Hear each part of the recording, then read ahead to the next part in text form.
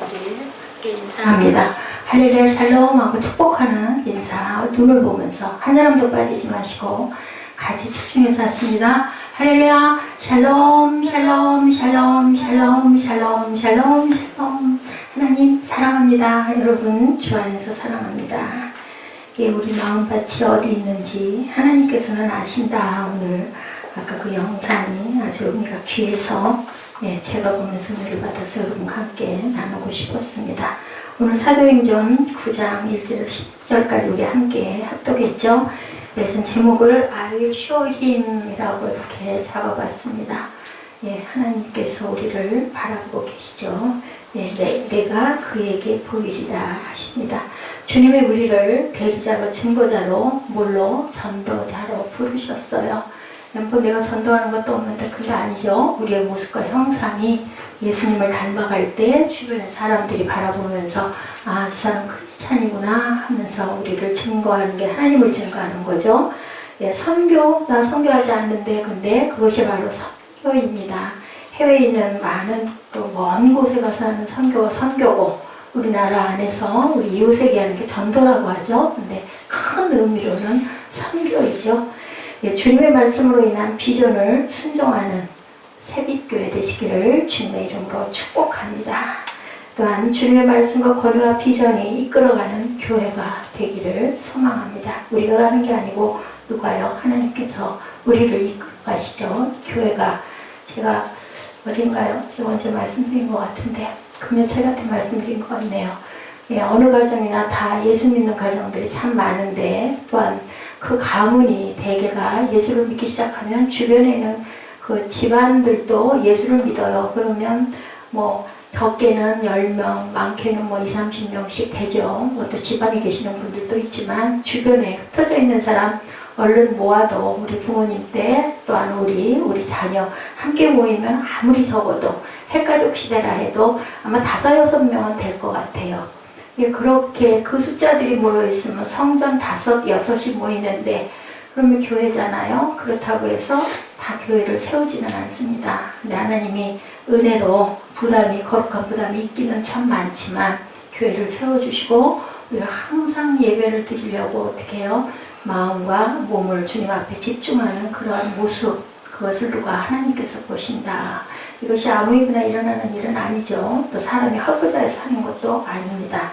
주님의 명령 자체가 은혜가 되고 기쁨이 되는 새빛교회 되시기를 주님의 이름으로 축복합니다. 아멘. 아멘. 하나님의 복음 전파에 있어서 가장 위대하게 쓰임받은 인물, 우리가 오늘 사도행전 누구 얘기예요? 바울의 얘기죠. 누가 썼어요? 사무엘? 누가 썼어요? 누가가 썼어요. 왜 턱은 그렇게 하고 앉아있어요?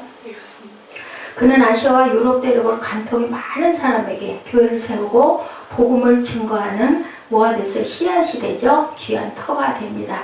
뿐만 아니라 그의 행정과 서신들이 신약 성경에 여러분들 3분의 2를 차지하고 있어요. 대개가 서신서죠? 사무엘하 서신서가 뭐야? 뭘로 만들어진 글이지? 서신 뭐야?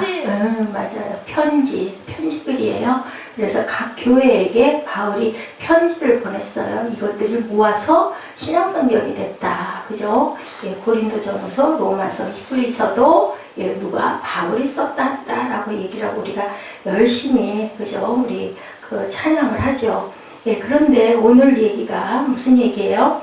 원래 사도 바울이라는 사람이 바울이 아니라 사울이었었고 사울이었을 그 당시에는 안티 예수의 원조였다. 여러분들 안티 예수가 뭐게요? 안티 예수. 안이 뭐예요? 안. 그냥 쉽게 안티 예수. 예수를 안 믿었다. 아멘? 이해가 가? 안티 예수. 예수를 안 믿었다. 그렇게 기억을 하면 쉬워요. 예수를 거부하고 예수가 하나님의 아들임을 부정했다. 그래서 뭐 했어요? 하나님을 열심히 믿었어요. 근데 어떻게 사람이 하나님의 아들이냐. 그래서 예수 믿는 사람들 뭐하러 다녔어요? 막 잡으러 다니죠? 자격을 얻어가지고 잡으러 다니고 지난 시간에 우리가 함께 나눈 것처럼 누가 스데반이 돌 맞아 죽을 때 그의 옷을 어디다? 그 사울 앞에 발 앞에 개놨다.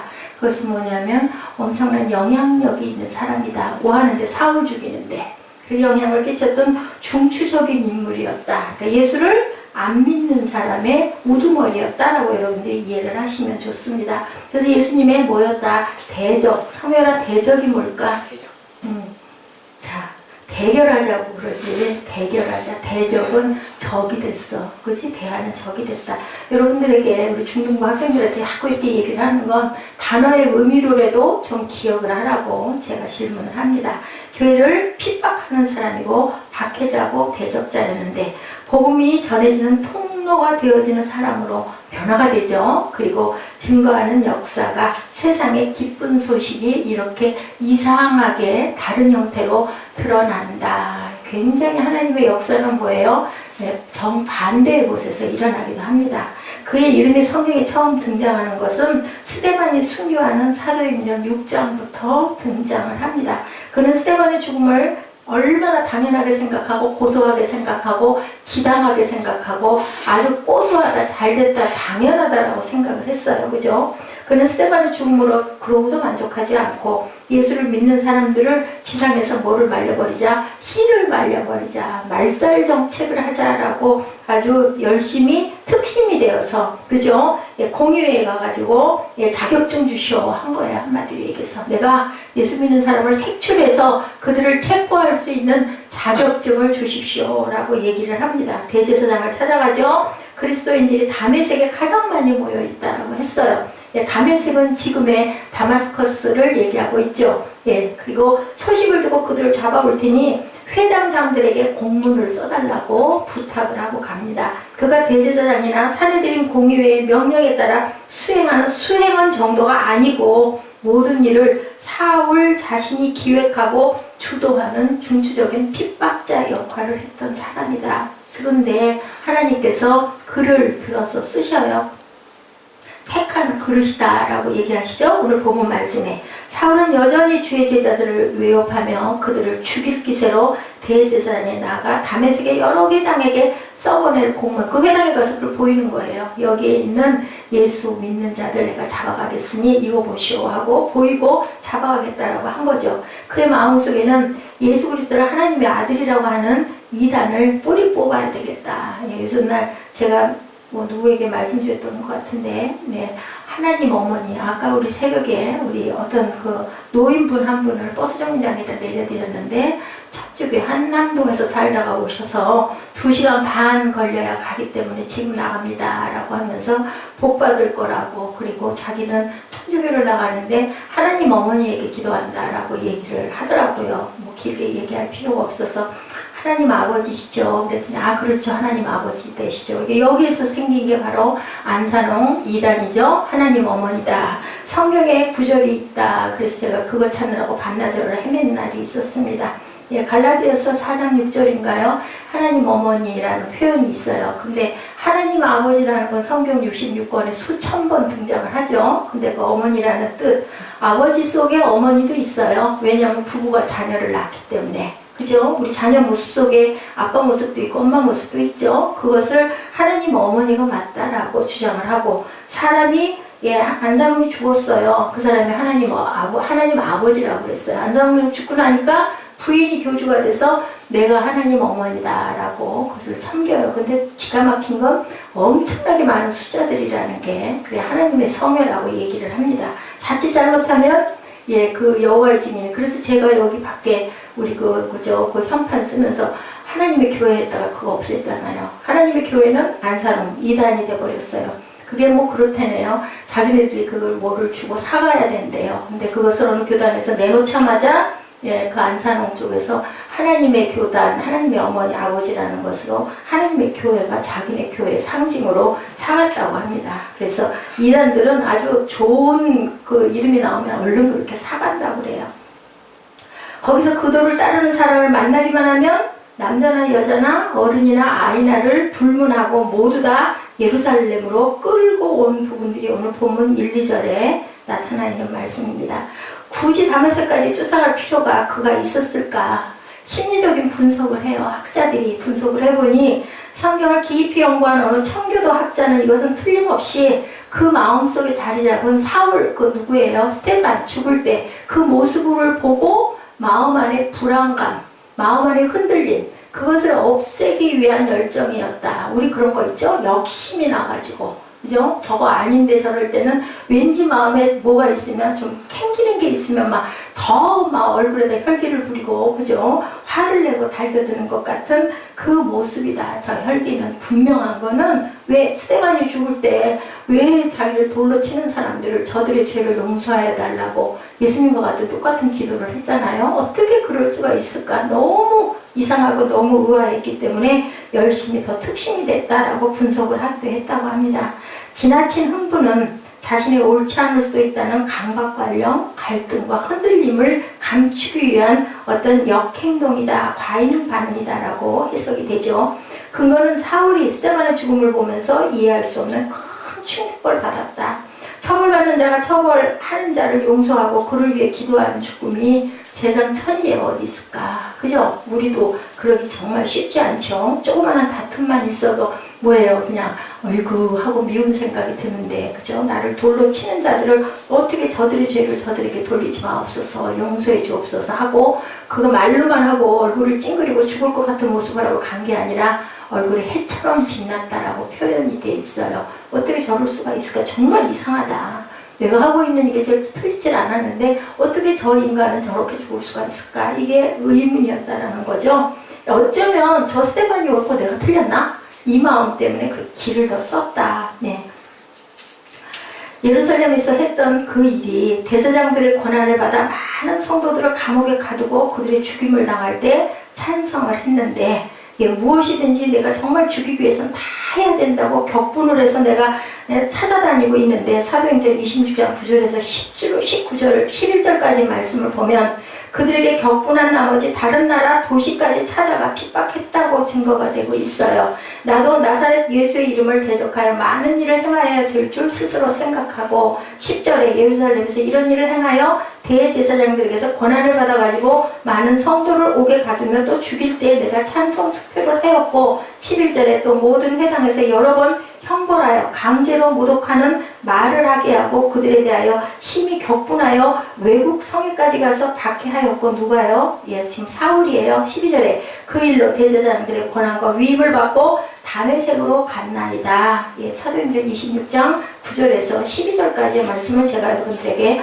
읽어드렸습니다. 이런 모습으로 사람들, 예수 믿는 사람들을 박해했던 사울이다. 그는 대제사장의 권한을 이임받아 많은 성도를 이렇게 감옥에 가두고 죽임당할 때 찬성하고 여러 회당을 다니며 처벌하고 모독하고 다른 나라 도시까지 가서 그리스도인들을 잡아오고 처형했던 그러한 인물이다. 사도행전이 우리에게 주는 충격은 사울을 주님이 초대교회의 가장 위대한 전도자로 세웠다는 것이 우리에게 충격이다.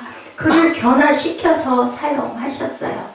예, 그럴 만한 사람을 찾아서 붙들어 사용을 하신 게 아니라 전혀 그럴 수 없는 사람을 붙들어 가지고 어떻게 해서 변화를 시켜서 만들어서 사용하시는 하나님의 능력, 하나님의 기적의 역사가 성경 66권 안에는 무수하게 기록되어 있다.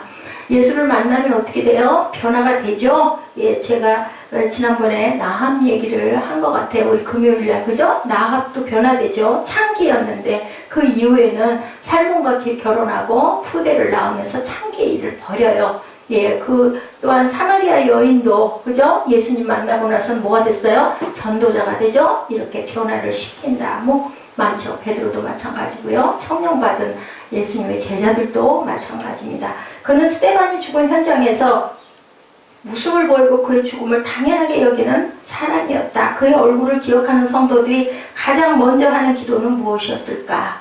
사울을 빨리 처벌하여 주옵소서 하고 기도하지 않았겠는가죠? 그 정도로 사울은 정말 위협적이고 교회의 가장 적이고 방해물이었었던 사람이다. 그런데 주님께서 그를 만나주셨을 뿐만 아니라 그는 나의 택한 그릇이다라고 어떻게 얘기하실 수가 있었을까? 주님의 사울의 현라와 실력이 필요해서 부르신 것일까? 아니면 그 유능한 여러 가지 지식과 학문이 필요했을까? 아니면은 그 많은 공부를 한 기가 막힌 철학이 필요해서 하나님께서 특별히 그죠? 몰아서 정말 대단한 인물이기 때문에 하나님께서 부르셨을까? 인 거예요. 아니죠. 하나님께서 쓰시고자 하면 누구를 붙잡아서 못 써가지고 그렇게 죄 많은 사울과 같은 자를 붙잡아 쓰셨을까? 어떤 목사님이 설교 말씀에 그런 말씀을 하셨대요. 예, 간음하는 사람, 그리고 또한 도적질한 사람, 살인한 사람은 어떻게 주의 종이 돼? 목사의 자격이 없지. 엄청 비판하죠. 당연하죠. 비판받을 만하죠. 그랬을 때 그 목사님이 그런 설교를 했다고 합니다. 그러면 사도 바울은 어떻게 종이 돼? 사람을 죽여도 수백 명을, 1000명을 죽였을 텐데 회개하면 된다라는 얘기를 했다라는, 제가 그 부분에 그 간증을 듣고 웃었어요. 맞아요. 우리는 색깔은 조금 다르지만 모두 다 죄인일 수밖에 없죠. 그래서 눈을 하나 빼버리고 천국에 들어갈 수 있으면 빼버리고 들어가야 된다. 모세가 얘기했던 그 말씀을 우리에게 인용한다면 눈 붙어 있을 사람, 그죠? 손발 붙어 있을 사람이 하나도 없죠. 우리 모두 다 죄인이기 때문에 하나님이 보시기에는요, 조금 덜 하나 조금 더 하나 똑같은 죄인이라는 거, 하나님이 우리를 바라보실 때는 모두 다 죄죠. 하나님은 사람들의 시선으로 절대로 바라보지 않으신다는 것, 역전의 하나님이라는 것, 본질을 변화시키시는 분이라는 것, 물을 포도주로 만드시는 분이라는 것, 어부를 붙들어서 유명한 설교가로 만드신다는 것. 베드로 성당이 섰죠. 베드로로 인해서 어부였죠. 자, 내가 주인공이 되어서 하나님을 돕게 하시는 것이 아니고 정반대의 사람을 다시 만들어 쓰시는 분이라는 것. 그렇기 때문에 누구도, 저도 여러분도 하나님께서 귀하게 쓰일 수 있는 하나님의 귀한 제자들, 자녀들이라는 것. 또 제가 이렇게 설교를 하고 있지만 제가 하나님께 버림을 받을 수도 있고 천국에 못 들어갈 수도 있어요. 왜냐하면 오히려 가르치는 자가 더 죄가 크고 그랬거든요. 그렇기 때문에 야고보 사도는 가르치기를 힘쓰지 말라고 그랬어요. 왜냐하면 말씀 선포해놓고 그대로 못 살잖아요, 저희들이. 그러면 그 죄는 이루 말할 수가 없다는 거죠. 그의 언어나 문화나 율법 지식 때문에 절대로 부르신 게 아니다. 핍박자와 대적자여 박해자이기 때문에 이런 자도 내가 다시 빚어 쓰시겠다라고 말씀을 하신다면 복음의 역사가 누구에겐들 쓰일 수가 있다라는 거죠. 주님의 부르심이 분명하게 해 있어야 나에게 있는 조건, 그것을 쓴다. 제가 보기에는 사도 바울은 하나님을 사랑하는 그 열정, 그죠? 열심, 그거 하나를 보신 것 같아요. 먼저 주님으로부터 분명한 부르심을 받고 주님의 나라에 대한 온전한 확신이 있어야 된다. 그래서 소명이라고 하잖아요. 대개는 신학교 가신 분들은 하나님이 부르시는 것을 확신한 사람들이 대개는 신학교를 갑니다. 그래서 목회를 하는 분들, 목사직을 받은 분들은 그냥 내가 목사나 할까? 뭐 예를 들면 세상에서 말하는 교회 사업이라고들 많이 하죠. 세상 사람들이. 그렇게 가는 사람은 제가 생각하기에는 한 명도 없을 것 같아요. 갔다가 변질이 될 수는 있을 거예요, 아마. 갔다가 여러 가지 환경적인 여건들로 인하여 그저 사업이 될 수도 있고, 뭐 때로는 막 성전을 지어서 한번 팔다 보니까 그게 재미가 나서 계속 성전을 지어서 팔기도 하고 땅을 사기도 해서 오히려 뭐 부업이 주업이 될 수도 있을 정도로 말을 듣고 야단을 맞는 일이 있지만, 처음에 하나님께 아까 우리 동영상 본 것처럼 정말 첫사랑일 때는 저도 그 영상을 보면서 감회가 새로웠습니다. 거의 미쳤죠. 미쳐가지고 그죠? 밤낮 없이 하나님께 기도하는 것이 가장 기쁘고 즐거웠던 전데, 지금은 그런 모습이 많이 희석이 됐어요. 물론 다른 부분에 말씀이나 이런 부분에 꽂혀가지고 종일 있기는 하지만 기도하는 시간이 엄청 많이 줄었습니다. 자, 이렇게 그것 없는 능력은 걸림돌이다. 뭐가? 하나님을 그 부르심을 받고 그리고 주님의 나라에 대한 온전한 확신이 있어야 되지. 그게 없으면은 절대로 안 된다. 하나님의 나라는, 하나님의 뜻은 우리가 생각할 때는 아이고 저 교회는 정말 부흥했어, 성공했네, 성장했네 라고 얘기하지만 하나님이 바라보시는 관점이 어떠한지는 그 종과 하나님과의 관계나 우리의 시선과는 엄청나게 다른 차이점도 가지고 있다라는 거죠. 나 자신을 의지하는 어리석음을 범하는 일이 될 수도 있다. 왜냐하면 오히려 그죠? 부흥되고 발전되면 내가 교만해질 수도 있고, 또한 물질에 현혹이 될 수도 있고, 그죠? 땅 투기에 관심이 더 많이 갈 수도 있고, 보니까 줄이 있는 사람들은 막 종교 부지가 어딘지 일찍부터 알아가지고 그 땅 살 때 땅들 살았다가 거기 들어갔다가 조그맣게 가건물 짓고 의지하고 있다가 나중에 교회를 세우는 그런 일들도 많더라고요. 그래서 주님은 돌들로도 아브라함의 자손을 만드시고 소리 지르게 하실 수도 있는 분이라는 것을 우리가 꼭 알아야 된다. 많은 교회들을 이런 것들을 뒤집어서 생각을 하죠. 우리 교회는 아직 연약하기 때문에 선교하지 못하고 사람들이 많이 모이지 않기 때문에 규모가 되고 헌금이 모이면 선교해야지. 대개는 그렇게 생각을 해요. 어떻게 우리 교회가 선교할 수가 있겠는가. 선교에 대해서 헌신하고 주의 부르심을 따라 온전히 순종하는 그런 모습들이 없고 우리는 아직 약하니까 안 돼 라고 생각을 하지만 사실은 주님의 부르심에 온전한 순종은 그런 것들이 아니다. 하나님께서 힘주셔서 선교도 하는 거고 하나님께서 부르셔서 부름의 응답도 하는 거고 근데요 선택은 본인에게 있습니다. 아무리 많이 부르셔도 나 그거 안 할 거야 하면은 하나님께서는 그냥 두십니다. 쓰시려고 했다가 다 안 되면 자 우리가 큰 교회들이 빠지는 교만과 착각이 성도들이 많기 때문에 무엇이든지 할 수 있다고 생각하는 그 교만이 문제가 된다. 주님보다 앞서가서는 안 된다. 주님이 기뻐하지 않는 일들을 일어날 수가 있다. 우리는 가지라는 것을 분명하게 기억할 줄 알아야 된다.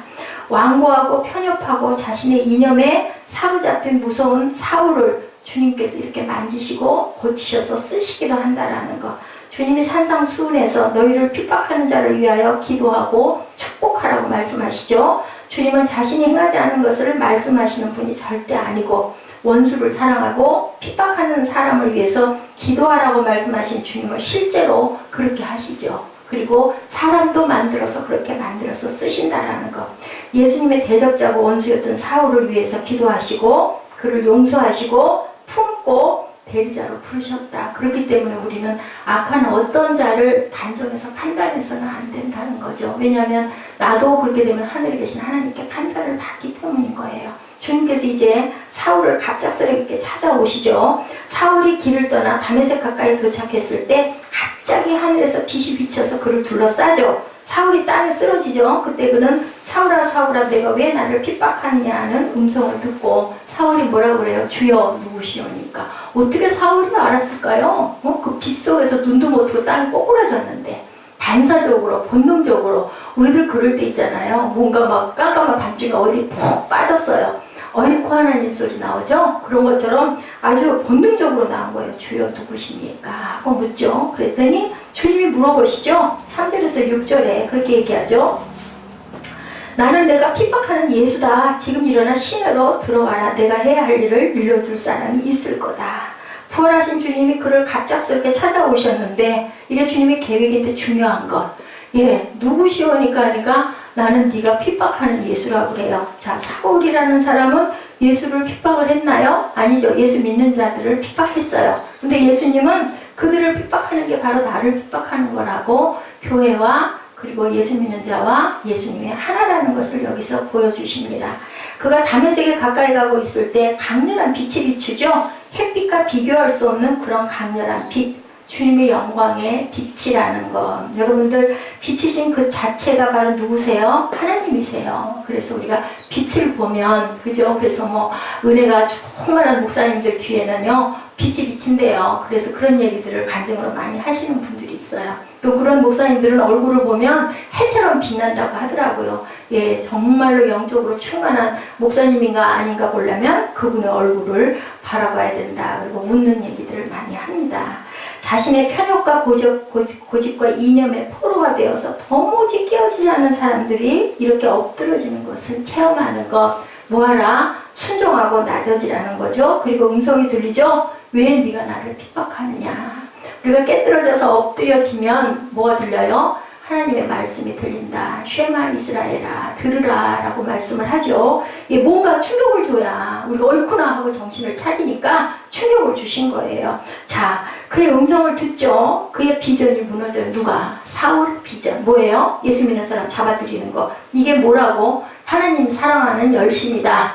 때로는 우리는 정말 옳은 것 같아서 열심을 내지만 그게 하나님의 뜻과 전혀 다를 수 있다는 것을 우리가 이 말씀에서 우리가 깨닫고 영적으로 알아들어야 된다는 것을 말씀합니다.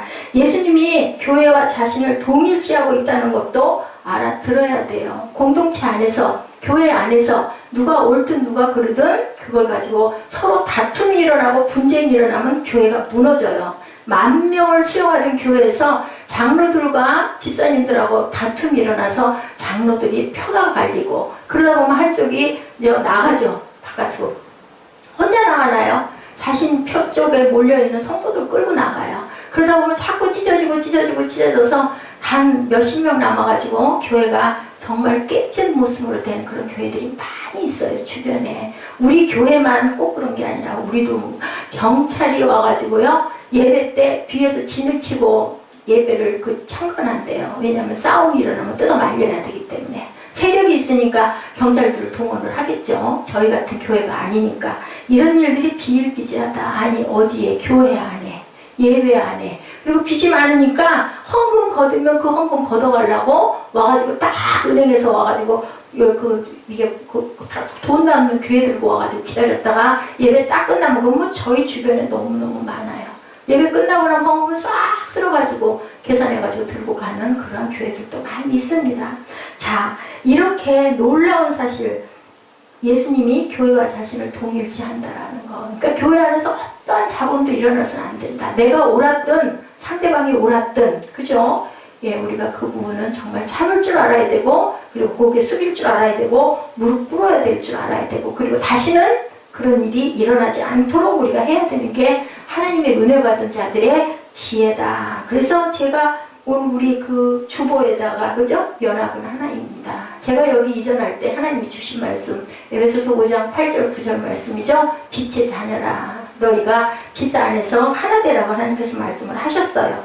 자, 예수 믿는 사람들이 이렇게 핍박했어요. 그런데 예수님은 자신을 핍박했다고 얘기하죠. 예수님은 우리를 지체로 여기신다. 예수님의 팔과 다리다. 그렇기 때문에 어떤 자도 우리가 핍박을 하거나 정죄하거나 핍박해서는 안 된다. 왜냐하면 사울과 같은 이런 자도 변화시켜서 쓰시기 때문에 어떤 악한 자를 어떻게 사용하실지 우리가 알 수가 없다. 그러니까 그러잖아요. 사울이 이제는 다시 이렇게 와가지고, 그죠? 그 회당에 와서 말씀 전하려고 하니까 막 주변에서 다들 놀래잖아요. 예수 믿는 사람 잡아가는 사람인데 저 사람을 어떻게 세웁니까? 그랬더니 바나바가 그렇게 얘기하죠. 아니라고. 저 사람은 이제는 변화됐다라고 얘기합니다. 그렇기 때문에 우리는 고정관념을 버려야 된다.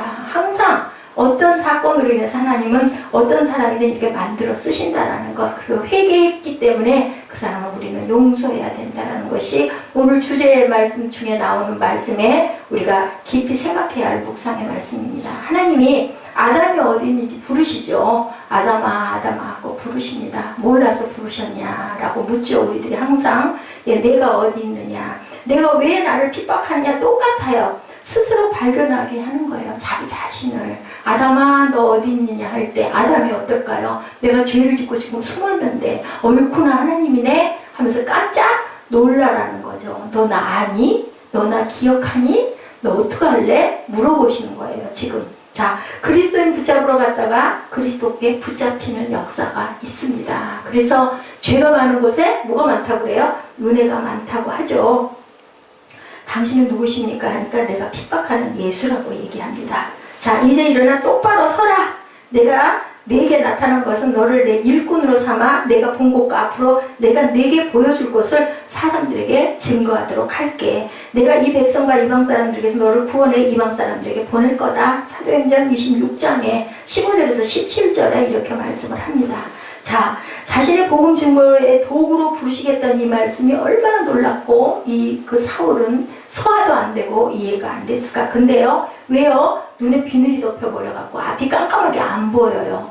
예, 이런 상황이 되면 우리는 얼마나 많이 놀라겠어요. 어휴, 정말 그게 맞나? 라고 생각을 하게 만드시는 거죠. 안 되니까 물론 물리적인 힘으로 눈을 감겨버리죠. 장님이 되게 해버리죠. 그리고 다시 안수하죠. 아나니아를 통해서. 예, 그 죽었던 아나니아와 삽비라가 아니죠. 이름이 똑같아요. 아나니아를 통해서 가서 기도해줘라, 안수해줘라. 그는 내가 택한 그릇이다라고 얘기를 합니다. 눈을 멀게 한 것, 예, 하나님의 어떤 그저 증거를 보이기 위해서 눈을 멀게 하시기도 하신다. 사울이 잠시 앞을 보지 못하게 하는 것으로 그 생각을 집중하게 하고 주님과 대화를 하게 하고, 우리가 가끔은요, 눈이 멀어야 될 때가 있어요. 왜냐하면 눈을 뜨면 보여지는 것들이 너무 많아요. 그것들이 내 피부에 와서 접촉을 해요. 하나님의 뜻은 저 뒤에 직접적으로 영향을 미치는 것 같지 않기 때문에 현실적으로 눈에 보이는 것들이 너무 맞게 보이거든요. 그렇기 때문에 때로는 그래서 그런 얘기가 있죠. 예, 손명희 자매 같은 경우도 안 보기 때문에 오히려 유혹에서 내가 벗어날 수가 있다. 보여지는 게 뭐예요? 깜깜해요. 아무것도 안 보여요. 그러니까 찾는 건 누구 찾을까요? 하나님 찾죠. 절망 중에서. 우리가 새벽이 동트기 위해서는 아주 진한 깜깜함이 있어요. 그 다음에 새벽이 온다는 거. 우리 그 법칙을 너무 잘 알아요. 한겨울이 지나고 나면 분명히 봄이 온다는 거 너무 잘 알아요. 자연이 그 돌아가는 법칙인데 하나님께서 우리에게 이렇게 우리의 그 순환의 법칙 속에서 하나님이 계시다는 것은 우리는 생각하기가 참 힘들어요. 그래서 생활은 생활이고 예배는 예배지. 그렇게 되다 보면 예배 그냥 형식적인 예배가 될 수가 있는데 하나님께서는 우리 삶을 예배로 달라고 얘기하세요. 자, 너는 어서 고등길이라고 그래요. 직가, 사무엘. 직가라는 뜻이 뭐야? 직이 뭐야? 직.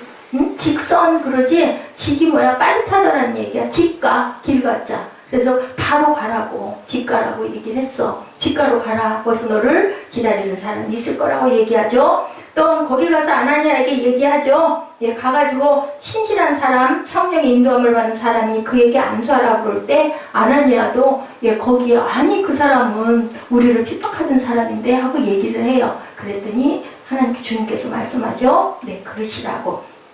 자, 구원의 길이 여러 길이 있는 것이 아니고 오직 예수 그리스도만이 우리의 유일한 구원의 길이라는 것. 아나니아와 같은 모습으로 대적자였던 그런 누구? 예, 사울을 하나님께서 이렇게 말씀하세요. 자, 영의 눈이 어두운 사람들은 예수님 우리에게 빛을 일부러 비춰주셔서 깨닫지 못하는 것을 깨닫게 해주신다. 이런 기적도 일어나게 하세요. 우리 기적은요, 일상생활 안에도 엄청나게 많아요. 여러분들 한번 잠잠하게, 그럴 때 뭐하라고 그래요? 묵상하라고 그러죠?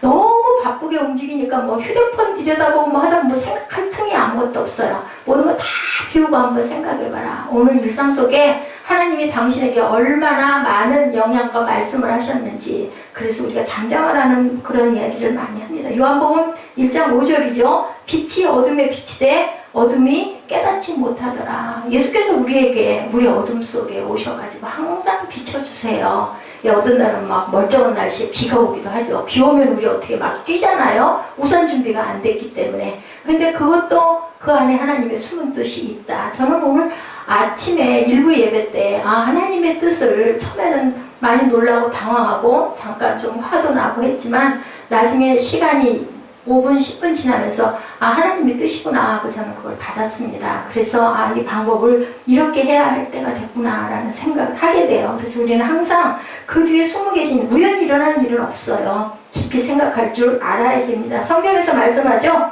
자, 어떤 분의 얘기입니다. 19살 때 목회를 시작해서 30년간 목회를 했는데 여러분들 그 말씀 듣느라고 애쓰셨어요. 이 말씀 다 끝났습니다. 자, 30년간 목회를 하는데 200명쯤 시작한 교회가 5,000명이 넘는 대형 교회를 인도하게 된 여러분들 잘 아실 거예요. 찰스 스펄전 목사님의 간증이에요. 스펄전 목사님은 얼마나 설교를 잘했는지 설교의 황제라고 불림을 받았어요. 말씀을 전할 때 사람들이 감동을 해서 제가 그 말씀 안에서 막 은혜를 받고 구름대처럼 사람들이 몰려 들어오기도 했어요. 지금부터 100년 전에 찰스 목사님이 설교하는 강당에는 사람들이 너무 많아서 교회를 계속 확장을 했다고 합니다. 저희 교회도 그러면 얼마나 좋을까요? 그죠? 자, 저도 그러고 싶기도 합니다. 자, 목사님의 아들이에요, 이분은. 그리고 젊었을 때 교회를 다니면서 근데 이분이 은혜를 바로 받았느냐? 모태신앙이잖아요. 아니요. 절대로 교회를 다니면서 은혜를 못 받았어요. 그냥 가서 앉아 있는 거야. 주일이니까 그냥 가야지 하고 간 거예요. 그리고 들은 귀는 너무 많아. 너무 좋은 설교를 너무 많이 들어서 어떤 설교를 들어도 감동도 은혜도 없던 이런 분이었어요. 그래서 항상 마음으로 방황을 해. 내가 이렇게 뭐하러 여기 와 이러고 앉아있나? 하나님이 계신 건 맞나? 우리 아버지가 목사님이었는데 늘 이런 갈등이 있었다고 그래. 근데요, 어느 날 너무 눈이 많이 왔대. 1850년 1월 6일이었다고 합니다. 눈이 실제 있었던 일이에요. 눈이 너무 많이 오니까 교회 가다가 눈 때문에 길이 막혀버렸어. 내가 다니는 교회에 나갈 수가 없어요. 그래서 그 옆에 있는 작은 감리교회를 들어가서 휴일은 지켜야 되니까 도저히 갈 수가 없고 그저 길이 막히니까 들어가서 앉아서 이렇게 있어보니 그저 한 10명 되는 사람들이 앉아가지고 찬송가를 부르고 있는데 귀가 따가워서 그 찬송가를 들을 수가 없는 거야. 맨 뒤에 앉아가지고 예배는 드려야 되고 주일은 지켜야 되니까 하고 앉았는데 그 시끄러운 소리 때문에 이 귀를 막아야겠구나 하고는 그냥 눈을 감고 그냥 고개를 숙이고 쳐놓고 앉아있었어. 너무 시끄러워서. 내가 못 받으니까, 은혜 못 받으니까, 은혜를 받으면 뭐 곡자가 틀리든 박자가 틀리든 뭐 상관없어요. 너무 기쁘거든요. 가사만 들어도 기쁜데 이 스펄전 목사님도 은혜가 없다 보니까 너무 시끄러운 거야. 빨리 시간 가라, 빨리 끝나라. 근데요, 눈이 너무 많이 와가지고 그 교회에 담임 목사님이 교회를 못 나와 버리셨네. 그날 어떻게 예배는 드려야 되고, 그리고 거기 제일 고참 집사님이 올라오셔가지고 그날 말씀은 있었을 거 아니에요. 주보가 있었기 때문에 이사야 45장 22절 말씀을 읽었다고 그래요. 땅 끝에 모든 백성들아 나를 바라보라. 그리하면 구원을 받을 것이라. 제가 오늘 다른 때보다 좀 찬송을 좀 부르면서 좀 이상했죠. 왜 저래 했을 수 있어요. 제가 반복을 좀 했어요. 왜냐하면 이 말씀의 은혜를 받았기 때문이에요. 이 간증에 나를 바라보라 라는 그러한 그 말씀인데요. 이것을 읽고 나서 설교를 하는데 스펄전이 가만히 눈을 슬그머니 뜨고 이렇게 보니까 도대체 저 사람은 구두수성공일까 아니면 무슨 막노동을 하는 막노동꾼일까, 저 행색하고 신발하고 저 모습을 해가지고 무슨 설교를 한다고 올라왔나, 아이고 기가 막혀라 하고는 아주 그죠, 기가 막힌 그 시선으로 보고는 다시 눈을 감았어요. 노동자 같기도 하고. 근데 이 사람이 이거를 읽고 나서는 설교를 해야 되는데 뭐라고 설교를 하겠어요. 집사님인데 어떻게 때워야 되기 때문에 올라왔는데 이분이 이렇게 설교를 하는 거예요. 사랑하는 성도 여러분, 형제 여러분, 오늘 성경은 바라보라고 말씀합니다. 사람들은 자기 자신을 바라보지만 소용없어요. 여러분들 예수님 보세요. 이분의 설교예요. 이 집사님 설교가. 예수님을 바라보세요. 바라보는 것은 어려운 일이 아닙니다. 힘들지 않습니다. 그냥 바라보시면 됩니다. 바라보는데 무슨 대학 나와야 되고 대단한 그 학식이 있어야 되는 거 아니에요. 그냥 바라보세요. 돈이 필요한 거 아니에요. 그러다 보니까 이제 설교할 게 없는 거예요. 할 말이 막혀서 없어. 여기까지 말하고 나니까. 그러니까 설교할 게 없으니까 다음에 이렇게 얘기했다고 그래요. 나를 바라보라. 나는 많은 핏방울을 흘리고 있다. 누구 얘기예요? 예수님 얘기죠. 이 집사님이. 자, 그리고는 다시 얘기해요. 나를 바라보라. 나는 십자가에 걸려 있다. 나를 바라보라. 나는 죽었고 장사되었다. 나를 바라보라. 나는 다시 살았다. 나를 바라보라. 나는 하늘로 승천했다. 나를 보라보라. 나는 하나님의 우편에 앉아있다. 오 가난한 죄인들이여, 나를 바라보라. 나를 바라보라. 이게 설교의 전부였어요. 이분이, 이 집사님이. 근데 아주 이 설교가 굉장히 좋죠. 예수님의 십자가에 못 박혀 돌아가시고 부활하시고 승천하시고 하나님 보좌 우편에 앉아 계시다는 것을 아주 일목요연하게 짧게 얘기를 한 거예요. 이렇게 설교하고 난 다음에 이제 설교할 게 진짜로 없으니까 뒤에 앉아있는 이방인을 떡 쳐다보는 거예요. 그 형제를. 젊을 때, 스펄전의 젊을 때 얘기죠. 자, 설교를 얼마나 많이 들었겠어요. 저것도 설교라고 저러고 앉았나? 하고는 기가 막힌 얼굴로 하고 있는 걸 이 집사님도 딱 느낀 거예요. 나를 보고 너 웃고 앉았구나. 그리고는 불러요. 그 청년을. 가끔은 이럴 필요가 있겠다 싶더라고요. 야, 청년!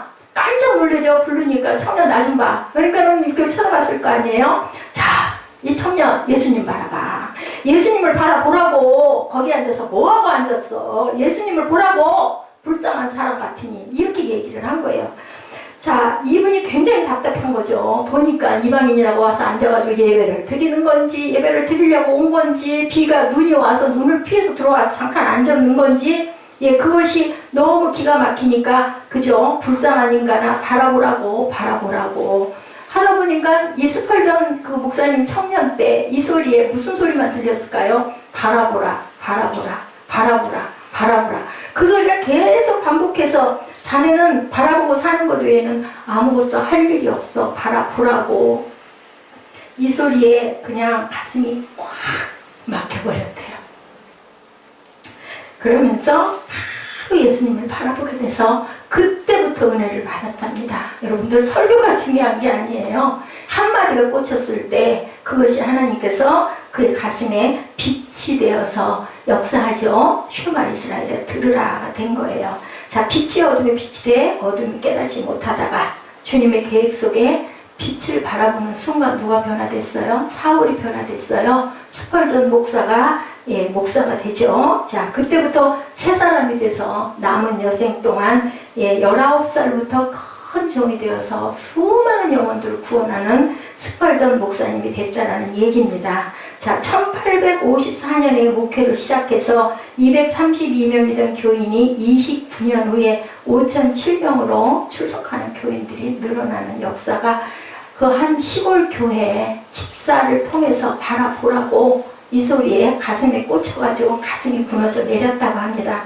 사도행전 3장 19절의 말씀입니다. 그러므로 너희가 회개하고 돌이켜 너희 죄 없이 함을 받으라. 이같이 하면 새롭게 되는 날이 주 앞으로부터 이를 것이요.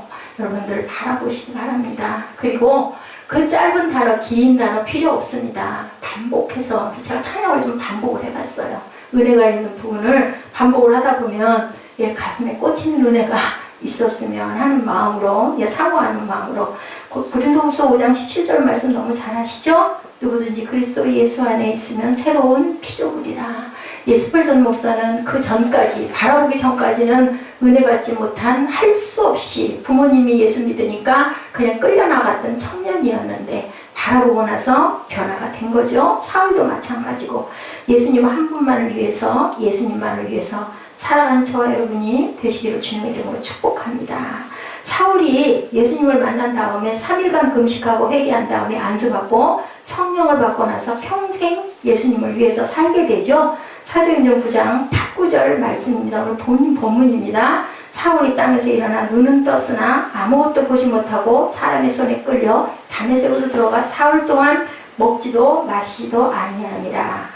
앞을 못 보게 되니까 강한 빛의 눈이 먼 거예요, 이 사람은. 그리고 남의 손에 이끌려서 다메섹에 들어가서 금식하며 주 앞에 기도하죠. 많은 회개의 기도와 눈물의 기도를 그는 드렸을 거예요. 그런데 하나님께서 사울에게 사명을 주시기 위해서 이곳에 있는 한 제자를 보내는 거죠. 그리고 뭐가 일어나요? 눈이 뜨이는 역사가 일어납니다. 15절 말씀입니다. 주께서 이르시되 가라. 이 사람은 내 이름을 이방인과 임금들과 이스라엘 자손들에게 전하기 위하여 택한 나의 그릇이다. 그가 다메섹으로 갈 때는 예수님을 핍박하고 교회를 무너뜨리러 갔는데 예수님을 만나고 난 다음에는 교회를 세우고 예수님을 만방에 전하는 일꾼으로 부름을 받게 되죠. 사명이 바뀌죠.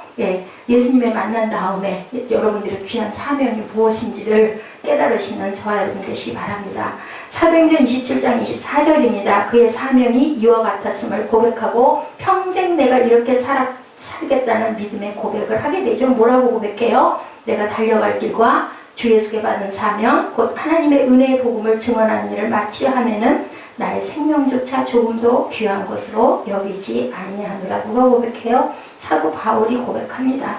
고린도후서 11장 24절에서 27절에 그것에 대한 설명이 나오죠. 어떻게 살았어요? 유대인에게 40에서 하나 감한매를 5번 맞고 3번 태장으로 맞고 1번 돌로 맞고 3번 파선하고 일주일을 깊은 바다에 지냈으며 여러 번 여행하면서 강의 위험과 강도의 위험과 동족의 위험과 이방인의 위험과 시내의 위험과 광야의 위험과 바다의 위험과 거짓 형제중의 위험을 당하고 수고하며 애쓰고 여러 번 자지 못하고 줄이며 목마르고 여러 번 굶고 춥고 헐을 벗었노라. 여러분들 왜 하나 감한 매를 40에 하나 감한 39대를 맞았을까요? 율법에 하나님이 만들어 놓으셨어요. 40대 이상을 맞으면 사람이 죽는다고 합니다. 그래서 40에서 하나 감하지 않으면 그 율법에 위반이 돼서 죄를 짓게 됐대요. 그러다 보니까 겁이 나서 숫자 세다가 잘못 쓸까봐 40대까지 안 때리고 한 대 덜 때려서 39대씩 때렸다고 합니다. 왜냐하면 하나님께서는 우리 생명을 사랑하시기 때문에 죄를 짓고 벌을 받더라도 죽이지는 말라는 뜻이라고 합니다. 자, 이렇게 아나니아에게 가서 내 그 눈을 뜨라고 할 때 성령이 임하죠. 성령의 능력이 함께했기 때문에 모든 환난과 핍박에서 승리할 수가 있었어요. 9장 17절에서 19절에 아나니아가 떠나 그 집에 들어가 그에게 안수하여 이르되 형제 사울아 주곧 내가 오는 길에서 나타나셨던 예수께서 나를 보내어 너로 다시 보게 하시고 성령으로 충만하게 하신다니 즉시 사울이 눈에서 비늘 같은 것이 벗어져 다시 보게 된지라. 자, 일어나 침례를 받고 음식을 먹음에 강건하여지니라. 이제 다시 보게 돼서 어떻게 됐어요? 새로운 피조물이 되죠. 새로운 눈을 갖게 되죠. 새로운 사명을 받게 됩니다. 자, 성령 충만을 받으면 전혀 다른 세상이 보인다라는 것을 여기서 말씀합니다. 자, 말씀과 성령으로 무장해서 우리가 사명을 잘 감당해야 됩니다. 2015년 7월 11일 물에 빠진 아프리카 소녀 2명을 구하러 들어갔다가 세상을 떠난 김수석 신학생 얘기입니다. 23살에 죽었어요. 5대째 기독교 집안에서 태어나서 어릴 때부터 신앙생활을 잘 했는데 주의 종이 되기 위해서 사명을 받고 2011년 대전신학대학에 입학을 합니다. 2012년 선교 한국대회에서 본인이 선교에 대한 꿈을 가지고 훈련받는 가운데 군종병으로 군에서 받았던 월급, 수개월 아르바이트를 해서 모았던 돈을 모아가지고 2015년 5월 아프리카 감비아로 단기 선교를 떠났어요. 그리고 12월 달까지 그곳에서 교회 유치원 학교 사역을 할개국으로 2달째 선교 활동을 하고 있던 때 7월 11일 대서양 해변에서 파도에 휩쓸린 현지인 소녀 2명을 구하러 물속에 뛰어듭니다. 1명을 구하고 1명을 채 못 구하고 물과 함께 같이 물속에서 수장이 돼서 죽어요. 그런데요, 그 이후에 그 부모님이 아들의 죽음을 슬퍼하면서 아들이 떠나기 전에 남겨두었던 유서를 공개해요. 이 유서를 공개하는 이유는 많은 사람들이 주님의 일을 할 때 새로운 도전을 받으라고, 그리고 더욱 주님의 일을 열심히 하도록 유서를 공개한다고 부모님이 울먹이면서 기자회견을 했다고 합니다. 그가 아프리카 선교를 떠나면서 이와 같은 유서를 남겼다고 그래요. 제가 만약 선교지에서 순교한다면 안타까운 일이지만 그럼에도 불구하고 하나님께 순교자의 삶을 가게 하신 것에 감사합니다. 부모님을 비롯하여 저를 아껴주신 분들께 감사하고 슬프지만 훗날 천국에서 마주할 것을 기대하며 기쁜 마음으로 제가 천국에서 먼저 기다리고 있겠습니다. 그러면서 제가 가장 좋아하던 말씀, 사도행전 20장 24절, 내가 달려갈 길과 주 예수께 받은 사명, 하나님의 은혜의 복음을 증언하는 일을 마치려 하면은 나의 생명조차 조금도 귀한 곳으로 여기지 아니하노라. 이 말씀처럼 나의 순교로 인해 복음 전하는 일의 중요성이, 선교의 중요성이 다시 한번 자각되어지고 그러한 삶을 사는 사람들이 넘쳐나기를 소망합니다. 이렇게 얘기하고 23살의 꽃다운 나이에 주님의 뜻을 받들어서 죽는 것도 겁내지 않은 이 소년의 이야기가 있습니다. 간증에 실제로 올라와서 교회 내에서 내 주장을 강하게 하고 다투고 큰소리하는 문제 절대로 일으키면 안 된다. 가정에 평안함이 없이 가정에서도 늘 큰소리가 나고 다툼이 절대로 일어나면 안 된다. 교회 공동체에서 이런 일들이 너무 쉽게 많이 일어나지만 이것은 주님께서 슬퍼하시는 일이다. 우리가 하나님께서 주신 사명과 소명이 꼭 선교를 하고 꼭 교회 봉사를 하는 것만이 소명과 사명이 아니고, 가정에서는 가정에서 서로 사랑하고 서로 섬기고 위하라고, 교회에서는 교회에서 서로가 하나가 돼서 지체가 돼서 섬기고, 그리고 우리가 사역을 잘 감당하라고, 나라에서는 나라에서대로, 직장에서는 직장에서대로 이런 믿음의 자세로 살아가라고 하나님께서 우리에게 귀한 생명을 주시고 각자에게 주신 분량의 소명을 주셨다는 것을 깊이 생각하시고, 오늘 사울을 쓰셨던 하나님이 저와 여러분들을 귀하게 쓰실 거니 뭐를 하라고요? 바라볼 줄 아는 저와 여러분 되시기를 주님의 이름으로 축복합니다. 우리 너의 하나님 여호와가 이 찬양을 쉬고 기도하는 시간 갖도록 합니다.